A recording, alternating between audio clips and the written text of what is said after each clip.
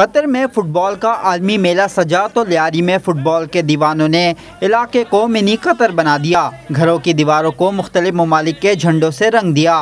Footballers के banners भी दीवारों पर सज गए। छतों पर लोगों ने अपनी अपनी पसंदीदा टीमों के झंडे लहरा दिए। फुटबॉल की नर्सरी में हर कोई इस खेल का मद्दाह है। कोई मैसी का फैन है तो कोई रोनाल्डो का दीवाना है।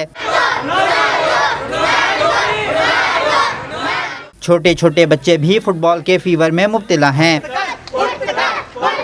बच्चों ने अपनी अपनी टीमों से कामयाबी की उम्मीदें भी बांध लीं।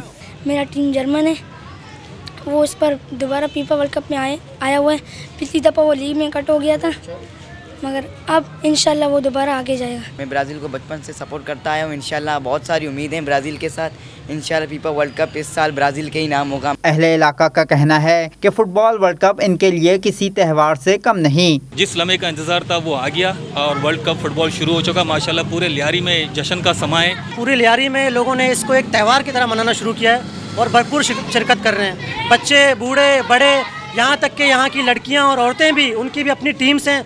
कराची के इलाके लियारी में सबसे ज़्यादा फुटबॉल के खेल का जुनून पाया जाता है और पूरे वर्ल्ड कप के दौरान इलाके में इसी तरह जश्न का समा रहेगा। कैमरामैन नबील हसन के साथ रज़ा कलीम, डॉन न्यूज़, कराची।